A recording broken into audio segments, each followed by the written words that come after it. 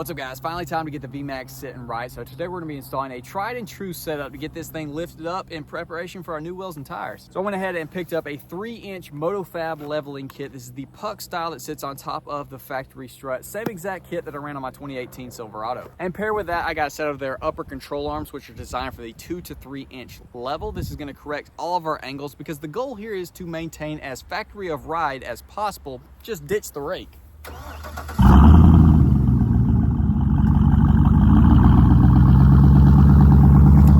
Definitely a monumental moment. Our very first install in the new shop. vmax, I hope you're feeling special because you are the lucky one. And what better to install than a 3-inch Motofab leveling kit? That was, I think, my very first video that ever actually got traction way back in 2017. So I'm stoked to see this thing sitting up proper and get a good set of wheels and tires on it. We got to go get some daggum tint. Holy crap, we should have already done that. But either way, let's go ahead, give a quick measurement.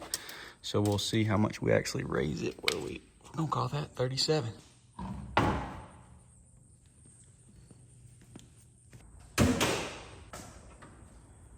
right, let's get to it.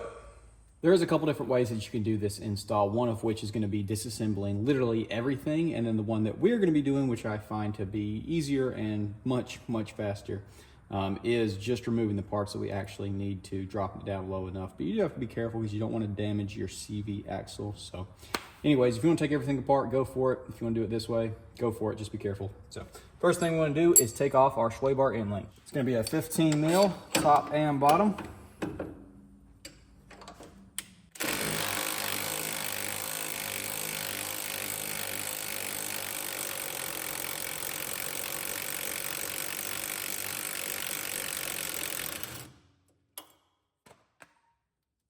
Might have to give it a couple love taps.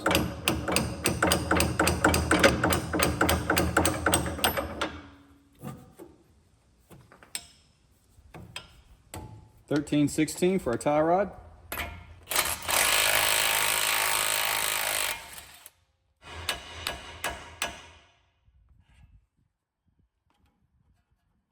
Now we got 3 18 mil upper strut nuts. We're going to go ahead and remove 2 completely and then leave 1 barely on there just so it can't fall out.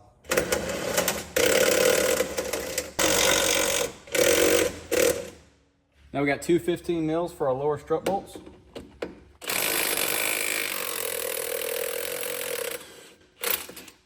Do not put your hand around here because it might be under a little bit of pressure and you don't want to pinch your hand.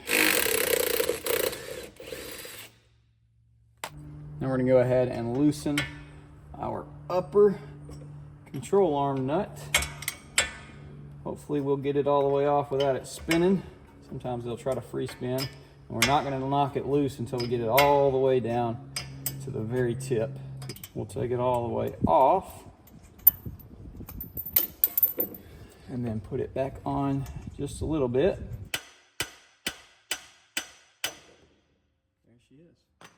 Pop right free.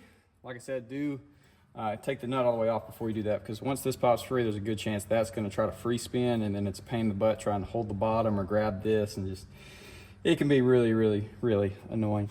And we're just going to slide that backwards, come out the top. Now I'm going to use my jack just to take the pressure off so it's not going to free hang, and then we can take our upper control arm out of here. It's going to be a 13/16.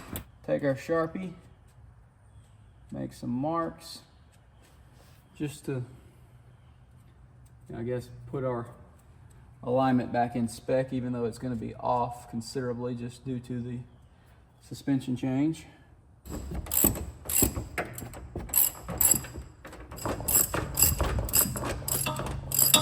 How the world did I forget to do that? We got 2 10 mils. Let's pop those guys off real quick.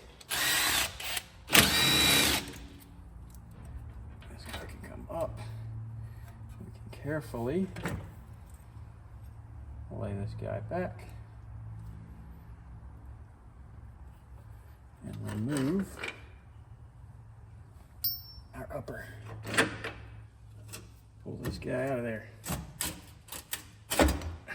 and then clean it out. Let's go ahead and slide our new upper control arm in. The ball joint is pre-greased, at least on this upgraded Moog version. It says to not add grease. Overfilling will cause damage to the boot. So let's just get this guy lined up. Boom. Boom. Throw the nut on. Get our supplied nut for the new uppers out of your little bag and snug her up. As you see, we have an absolute crap ton of room now over here, and it actually has an indentation right here on the back side so that it doesn't hit the coil even when it's all the way down. But we got to play around with the strut to get everything to line up properly. I'll tell you about it once we're doing it.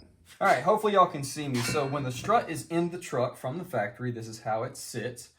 This one stud is different than the other two, so you can't just spin it any way and the triangle line up. It doesn't work like that. But whenever you take this out and put a leveling kit, it's going to basically swap the front lead point to the back. So you got to rotate the assembly 180 degrees to put it back in, which is no problem.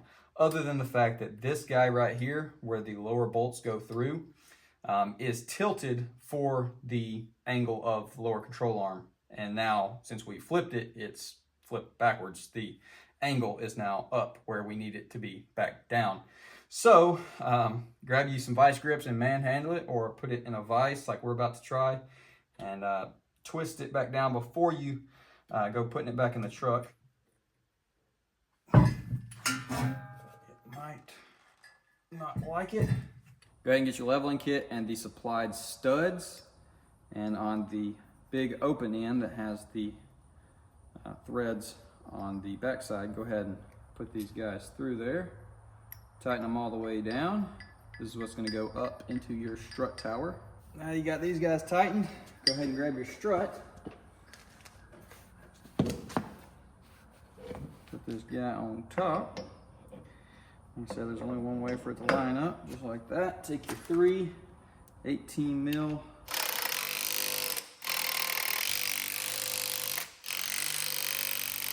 Go ahead and lower it all the way down. That way you got plenty of room to get your strut assembly back in there. We're gonna throw it back in from the top. Try not to scratch up our new pretty upper control arm.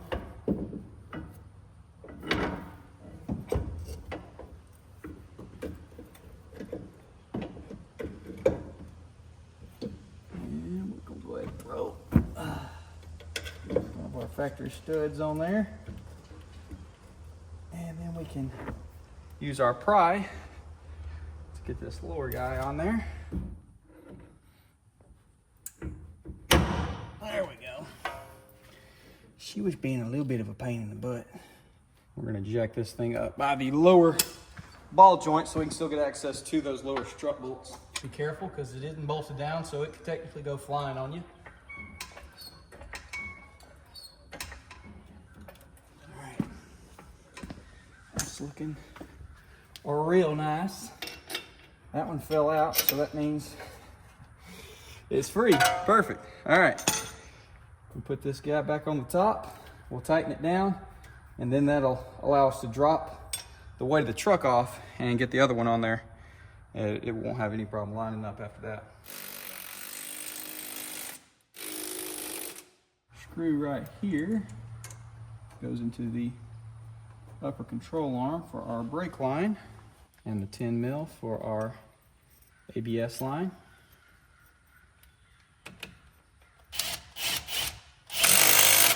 Let's lift the suspension back up. 11/16, go ahead and tighten down our upper ball joint. Let's go ahead and slip our cotter pin through. Bend that guy up out of the way. Let's go ahead and put our upper strut nuts on, tighten them down. And now let's tighten down our upper control arm to 7/8.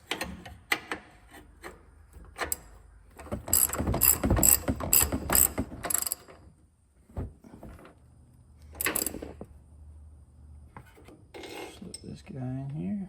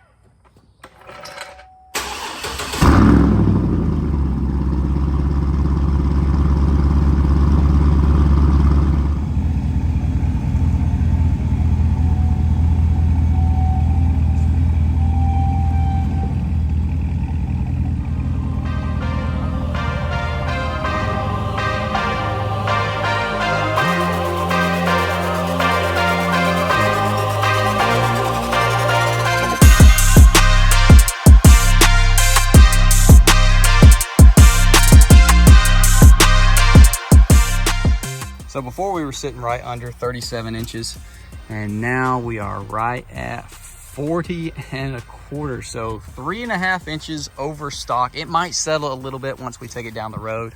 But I did make a lap around the yard, and so this should be the settled height. I hope that it is, because it honestly is sitting perfect to me. We'll check it out better on the sunny side, but let's go ahead and see all of our angles. Of course, we got a ton of room between the bump stop and the upper. Ball joint angle is flat as a pancake. No issues with the strut. All of our lines, the ABS and brake, bolted up, not stretched. Lower control arm angle, not bad at all, as well as the axle. Everything looks happy to me. It clearly needs an alignment, because if you see that tire pulled in that way and that tire pulled in that way, that's what happens when you go up.